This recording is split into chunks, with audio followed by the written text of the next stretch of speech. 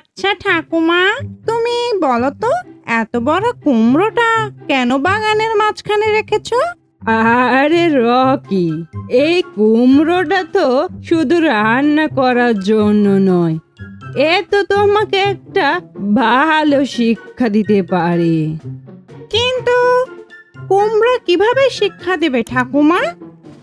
আচ্ছা ধরো, তুমি খুব ছোট, ঠিক যেমন কুমড়ো ছোট গাছটা। তোমার যত্ন করতে গেলে তুমি বড় হবে, কিন্তু যদি তাড়াহুড়া করি তাহলে তো সব উলটপালট হয়ে যাবে। কিন্তু কুমড়োটাকে পরিপুক্ত করতে গেলে আরো কিছুদিন সময় দিতে হবে।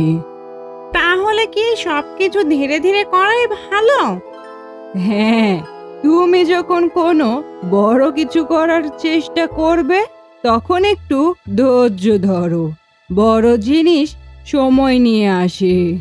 এই যে আমার কুমড়োটাকে এই দেখো, আমি পরিপুক্ত করার জন্য দীর্ঘ সময় অপেক্ষা করছি। পরিপুক্ত হলে তবেই তো বীজ উৎপন্ন করতে পারবো। আরে ঠাকুমা, তুমি সকালবেলা ঝুড়ি হাতে করে কোথায় রওনা দিলে? এই তো, এই সামনের বাগানে যাব। বেশ কিছু বিছন লাগিয়ে এসেছিলাম, তা থেকে চারা গাছ বের হয়েছে। ওগুলো নিয়ে এসে আমার বাড়ির সামনে লাগিয়ে দেব।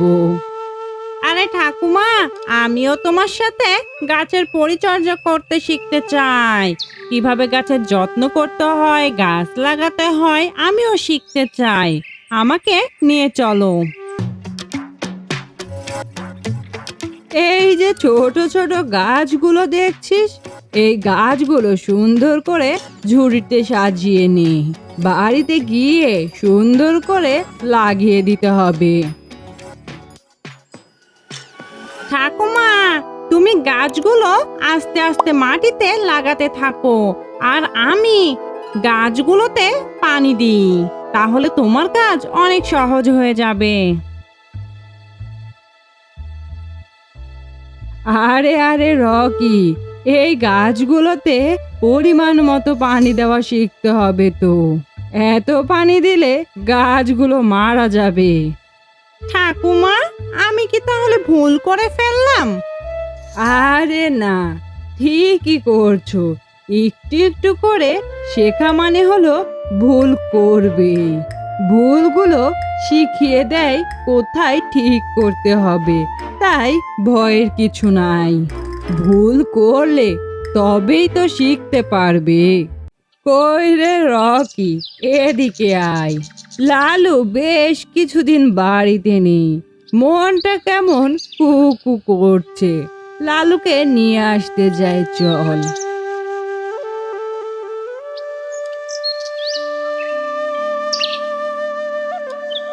আরে বুড়িমা, আমরা তো হাঁটতে হাঁটতে বনের মধ্যে চলে এলাম, কিন্তু তোমার লালু, সে তো কোথাও পেলাম না। আরে বুড়িমা, তুমি তো লালু লালু করে এ তো একটা আস্ত সিংহ চলে এলো। আরে বোকা, এ আমার লালু। বেশ কিছুদিন থেকে একে পালছি, বেশ ভালো। তুই ওর সাথে মিশা শুরু করলে তোরও বন্ধুত্ব হয়ে যাবে ওর সাথে। ঠাকুমা ঠাকুমা, তোমার সিংহটা তো আমাকে দেখে গর্জন করছে। আরে আরে ভয় পাস না, আমার লালু তোর সাথে বন্ধুত্ব করতে চাই, তাই একটু মজা করছে। চল বাড়ির দিকে রওনা দি, আস্তে আস্তে ঠিক বন্ধুত্ব হয়ে যাবে। ঠাকুমা, আমি আর তোমাদের এখানে থাকবো না। তোমার ওই লালুকে দেখে আমার বড্ড ভয় করে, কেমন আমাকে দেখেই গজরাতে থাকে। আমি বাড়িতে যেতে চাই। এই বিকেল বেলা বাড়িতে রওনা দিলে তো তোর সন্ধ্যা লেগে যাবে। একা একা যাবি কিভাবে? তার থেকে বরং আমার লালুকে সাথে করে নিয়ে যা। ভয় পাস না, ও তোর কোনো ক্ষতি করবে না।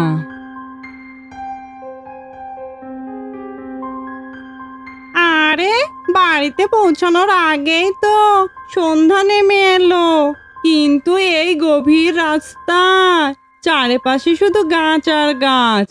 আরে একই, ওই বাঘটা তো আমার দিকেই ধেয়ে আসছে। আমি এক্ষুনি পালাই এখান থেকে।